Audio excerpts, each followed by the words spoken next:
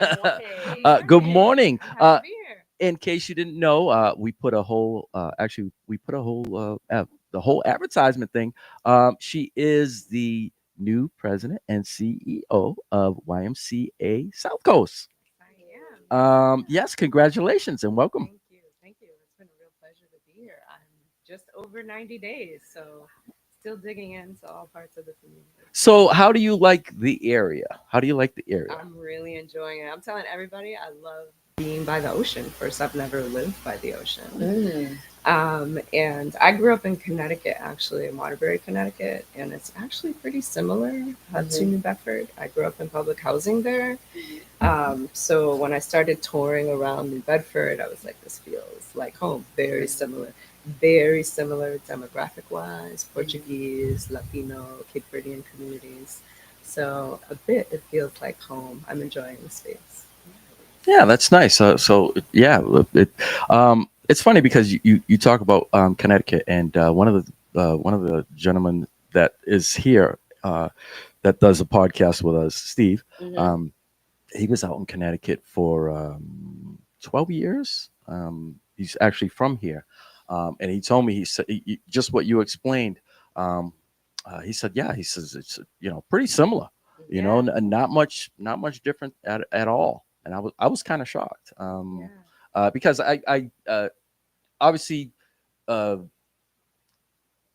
this part of the South Coast, New Bedford, it's very it's like a rainbow coalition, Yes. and it's very rich, and obviously all the ethnicities that you just mentioned: Cape Verdean, Spanish, Portuguese, and like all the people you know you see a lot of people just interacting.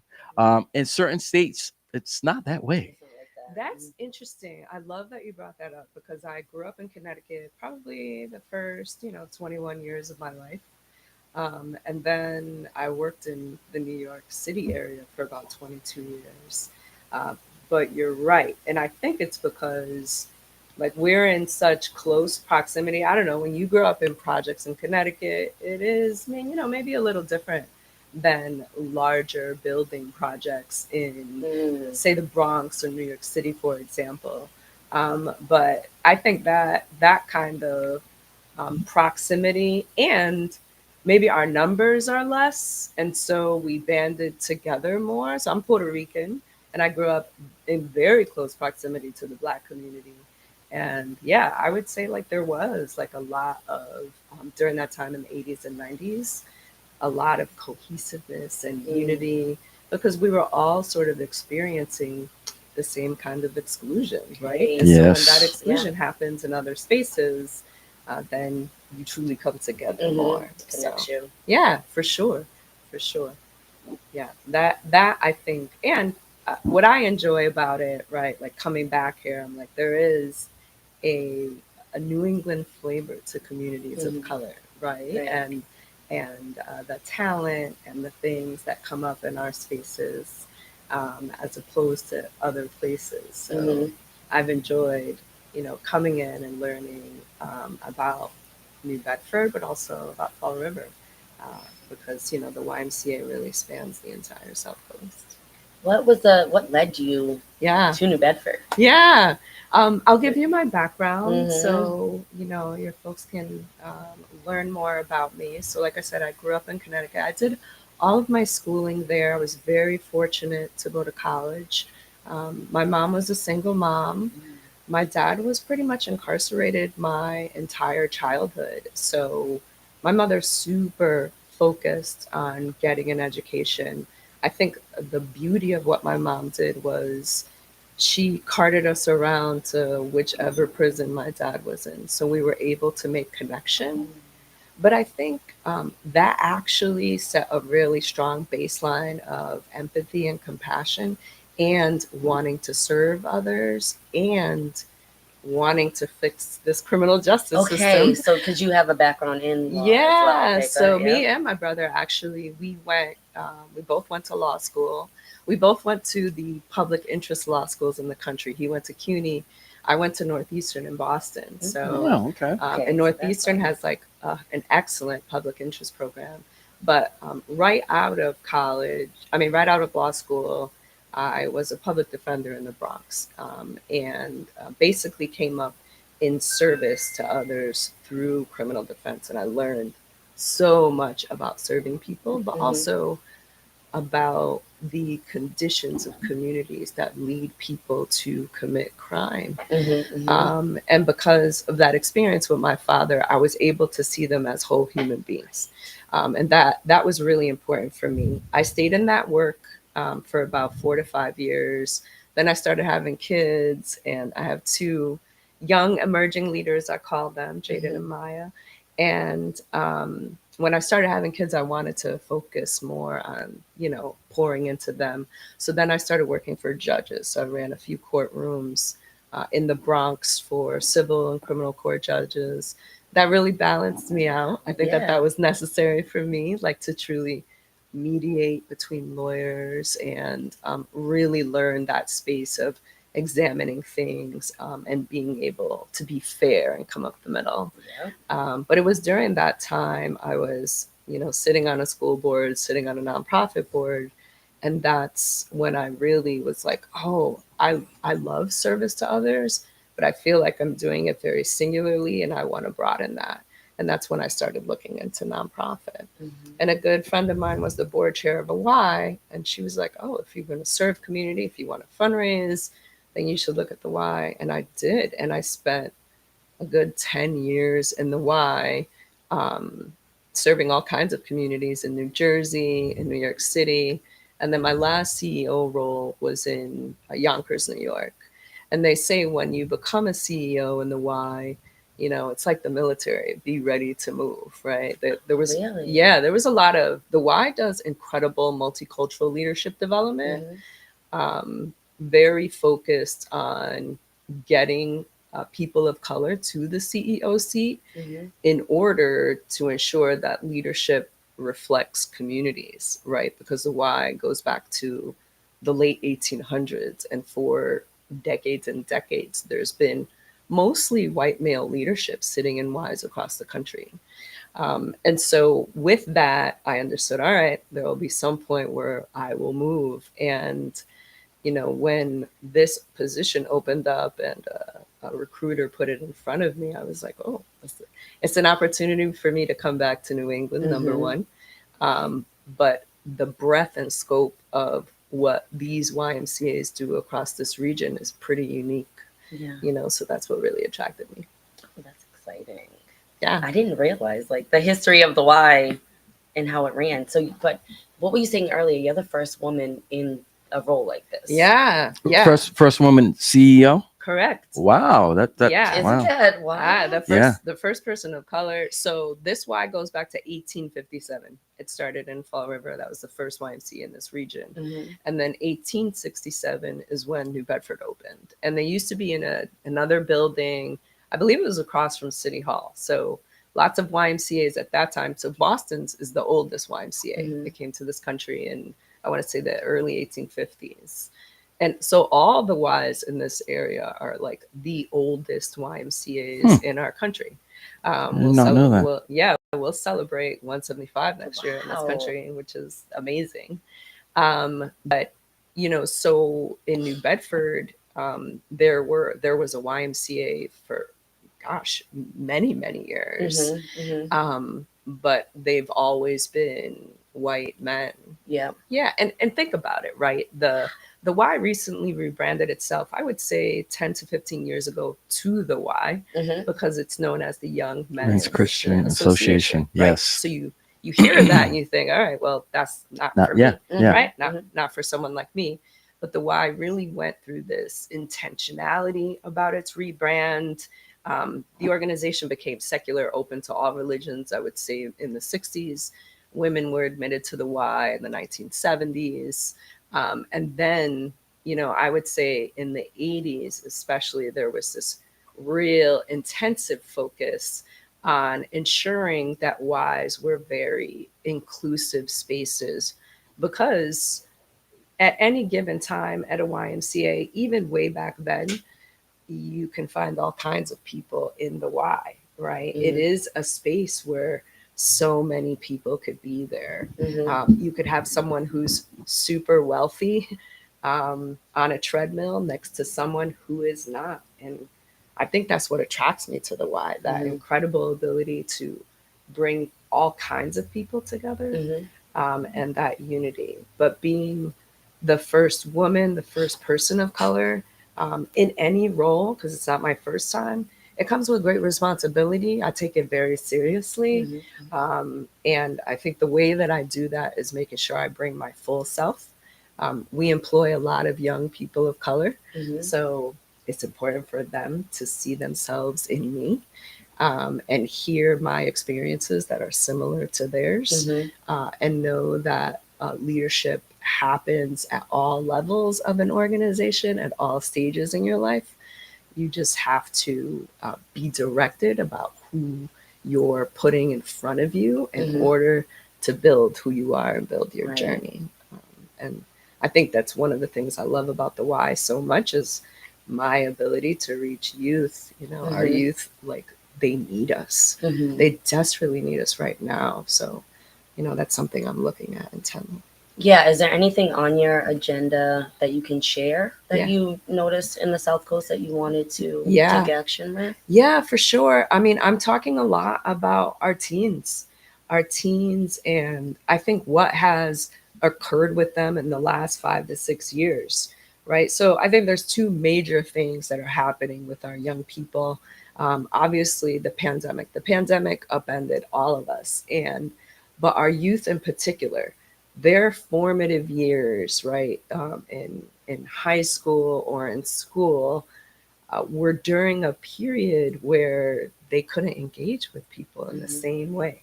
So all those experiences we had, we were just talking about Mm. college and high school. Yeah. That was completely like the rug was pulled from underneath them, Mhm. so we're still mending that for them.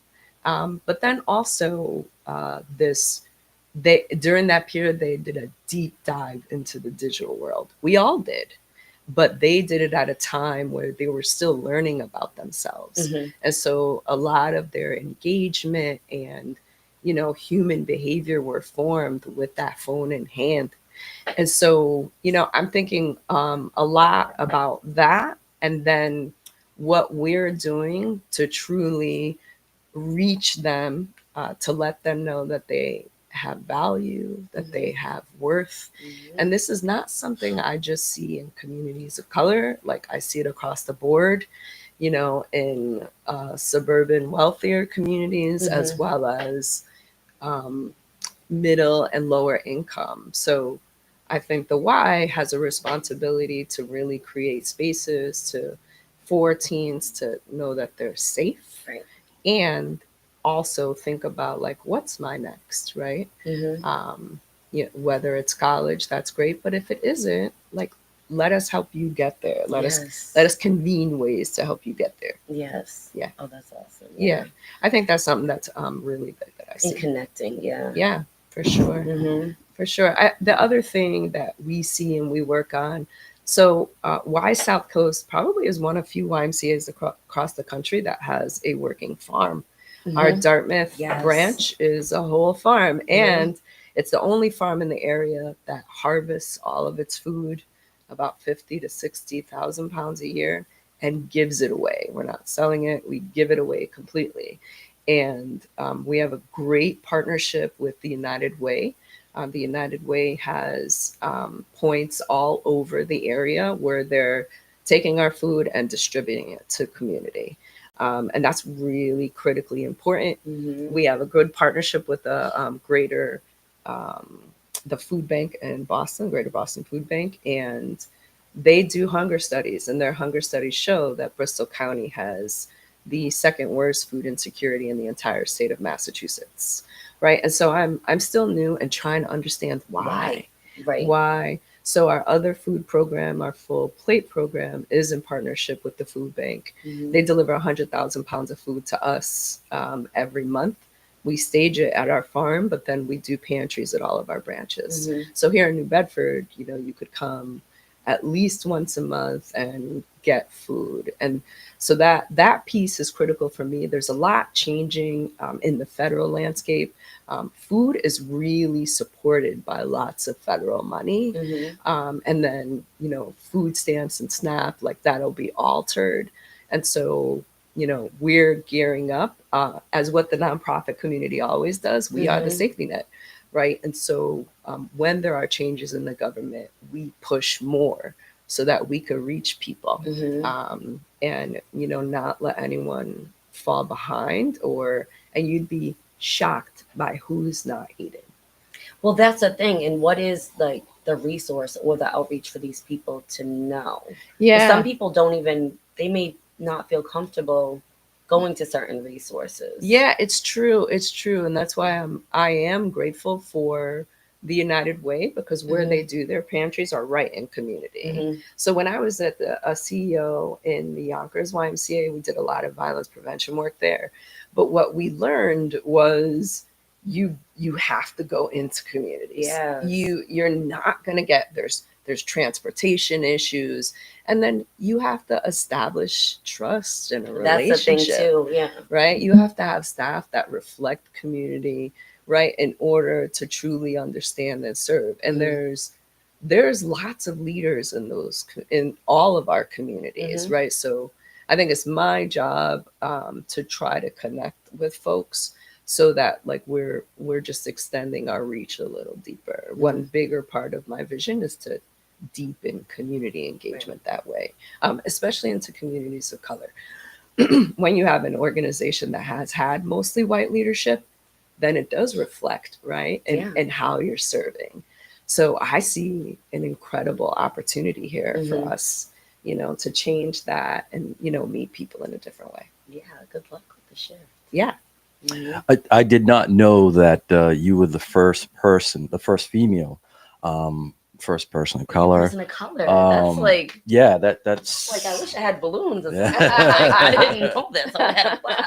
So you're so you are a trailblazer. Yes. You're the one that's going to be laying all the groundwork, and obviously you're going to be setting the precedents. Mhm. Yeah.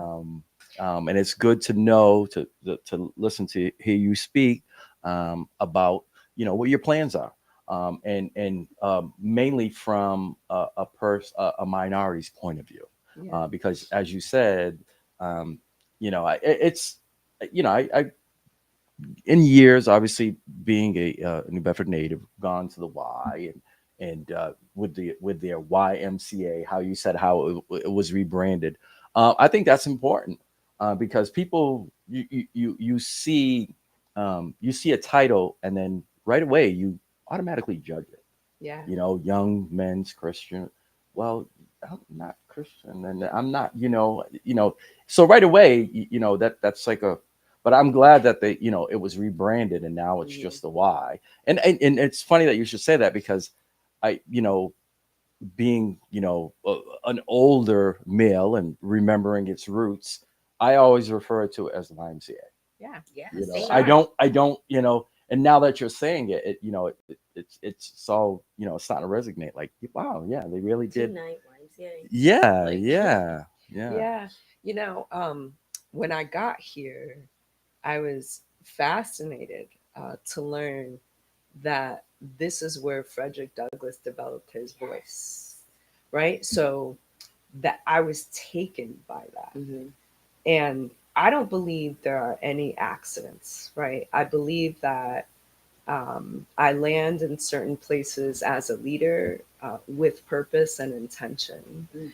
So his coming up here gave me the understanding and the learning that there was a serious abolition movement that wrapped their arms around him as a freed slave person and then helped him develop a voice in order to go around the country and preach.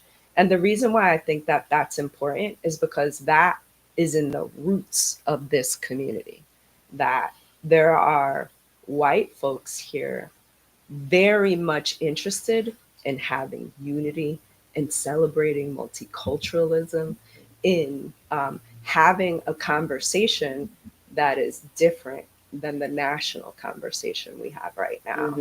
And I believe that the YMCA can be a very powerful place in order to engender that conversation.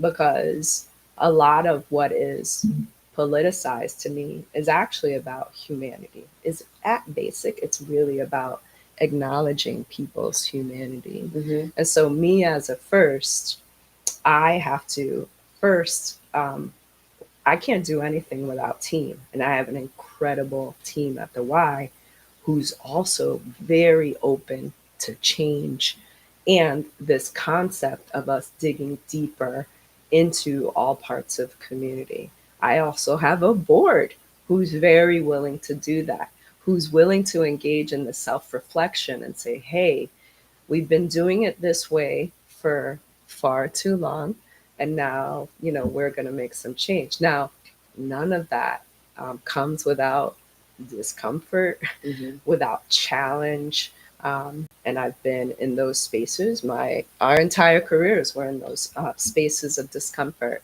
But getting to the other side is always like the beautiful part. And I do think organizations and the why can wade into this space of division in such like a beautifully unifying way. Because what we're basically trying to do is develop our youth, keep people healthy through wellness.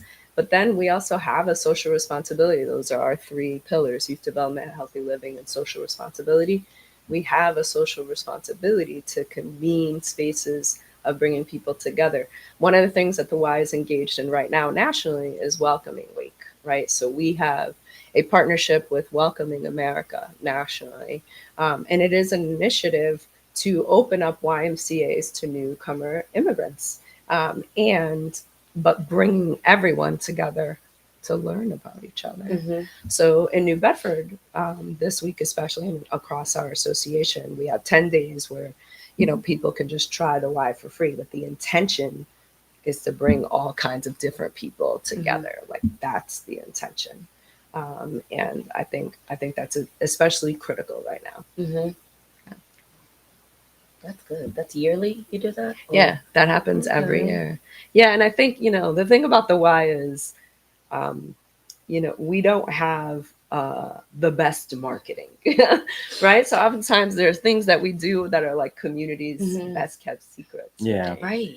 And so that's definitely something that I want to lean into and just share more, share more about what we're doing here in New Bedford and all the way across. Like the health fair, you guys have that. I only knew because I was asked to be like a vendor at it. Yeah. But there was not many people in the community. This is last year, the year before, that knew about it. So we were posting, but to your point, yeah, kind of letting more people know. It's true. How. It's true. We do a resource, and that's really about partnership, right? So the way I like to do collaboration. So what I've done is gone on a very intentional like listening tour, and meeting all kinds of leaders, and so I've met the head of the Whaling Museum, the head of the YWCA, the head of North Star, the head of Youth Opportunity Unlimited. I believe that's the name, Bernadette Souza. Yes. Yeah, I love Bernadette. So she's fantastic. They're all incredible. But it's my role to understand what they do. And then see, all right, like, where do I fit in? Like, where can I be helpful? Where can the Y be helpful? But they're the ones that are like, oh, did you know about this? Did you know this was happening? So, that's how I'm bridging in. Oh, so you got this. It's all I'm like, I've heard more about the Y in the last 30 days than I have in like years. Oh, that's wonderful to hear. I'm glad I'm like, to who hear is this that. woman? Like, where'd she come from? I think the leadership is a privilege, right? I view it as a privilege, and when I see a young person, I see myself way back, right? And hoping like that I could make it, right? And what I'd like to do for youth is not only extend hope, but extend a hand. They say the success of a young person is dependent on one adult getting in front of them and Mhm. consistently being that voice in their ear. Just one. Mhm. So we have the power, I think, in all of our organizations that I just mentioned and at the Y, to do that in multiple Mhm. ways. Um, but our youth they're not truly understanding their value and worth, Mhm. and that's what we have to start with. So Nice. And yeah, next Tuesday, you have an event at the art museum. I do, Yes, we man. You know. talked about like what's it been like coming here, and I will say like there's been a wonderful open reception, right? And I really appreciate that, like among leaders, among different people in the area. But the three organizations I mentioned, well, it's Maria, it's Gail, and Bernadette. They're Mhm. pretty much organizing this reception, but they do this for other Yeah, yeah, leaders as absolutely. well. But And they're I awesome. think that says a lot Mhm. about, what this community is like. Mhm. I've also met with elected officials, I've met with the mayor, I've met with representatives, whether if it's, districts here or across. And, I'll be meeting with the superintendent. And I think that's the great thing about the Y is that I think like most nonprofits, but ours in particular, because we serve all ages and stages, all Mhm. parts of community, it really is important for me to get to know leaders in government, business leaders, as well as nonprofits. So I've had the opportunity to meet with the CEO of South Coast Health and meet with the dynamic new president over at Bristol Community College, Dr. Harris. He's fantastic. And so, right now, as I assess and settle in, I think about like what are the bigger partnerships too Mhm. that the Y could be doing across with these, regional organizations as well, Mhm. um, to really move the needle on big issues, right? Mhm. The South Coast Health CEO said that obesity is a serious problem here Mhm. still. Like Mhm. all of the chronic disease that comes with being overweight, like that's a serious issue. So me as a Y leader, I'm putting my thinking hat on and saying, Mhm. all right, like how can we get into that space even more and partner in health? I do think there's that physical part, but there is the mental part too. That talk about what occurred post pandemic, what we're seeing on not only children but many adults is this epidemic of Mhm. mental health issues. Mhm. We see it every day in our branches. And so, that is something I'm thinking about a lot. Like how do Mhm. we create spaces where we're connecting with social workers more, and when we're seeing people break down, we're getting them to the right person. Mm. Yeah. So lots of work, lots of work. Yeah. Yeah, you're here for it. Well, the good thing is, as far as trying to get the information out, we're the platform here for it. Right. We're here. Anything that you need, any in any shape, fashion, or form, how you want to, get the message across, we're here for it. Yeah. We're always here for anything, especially that has to do with the youth. Yes. We are, that's one of our main goals is to help the youth out. So yeah, we're here for you at any time, anytime, any place that you want to come and use our platform. You're more than welcome. Oh, well, thank More you. than welcome. Thank you. I think that's wonderful. Reaching people, right, with Mhm. what's available to them right now is so critically important, right? Mhm. And so I like to do that in multiple places. But obviously, as a person of color, especially in the spaces where I know that there are going to be more people of color listening, because we grew up. We were talking about what it's like coming up in this country, right? And for us, we create a really dynamic path, but it's hard, Yeah, right? It's yeah, not easy, and so I feel like I have a duty to extend the hand to the next generation. I think that that's really critically important. So, that mentorship and then getting out information about what it is we do to make their paths a little lighter, Mhm. filled with light and Yeah. joy. We need that.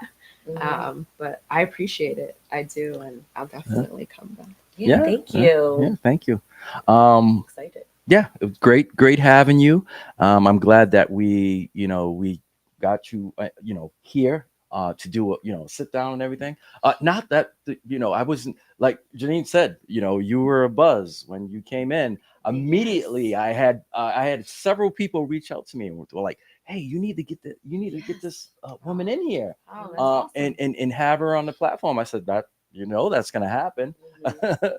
But yeah, thank you for coming in and taking time out of your day to meet with us, and to also we, like I said, we wanted to have a chance for our listeners to get to know you here through WMB1 Radio. And like I said, as always, anything that you need, in any way, or anything that you need, we're here for you. Right. WMB1 Radio is here for you. Well, it's a two-way street, right? Mhm. This is what I deem as a collaboration and a partnership as well.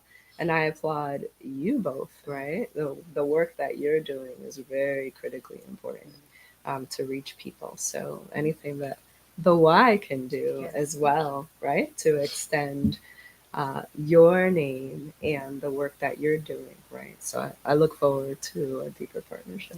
Okay. Thank you. All right. All right, so that'll conclude our interview. But as always, you can tune in to WMB1 Radio, catch this interview, because we will be replaying it on the replay later on today on Mags in the Morning and J9, which will be taking place from 12:30 to 3:30. And we do that every weekday, Monday through Friday. The replay Monday through Friday. All right. Once again, thank you, and we look forward to seeing a lot of you here in the South I'll Coast. be A lot of busy. I'll you. have my Yeah, sneakers right. on. I know. Running. All right, we're gonna get back to more of the music here at WMB1 Radio. We're gonna keep it going. We're here all the way until 11 a.m. Make sure you keep it tuned, keep it locked. It's Mags in the Morning and J9. It's the Wake Up Show. Let's go.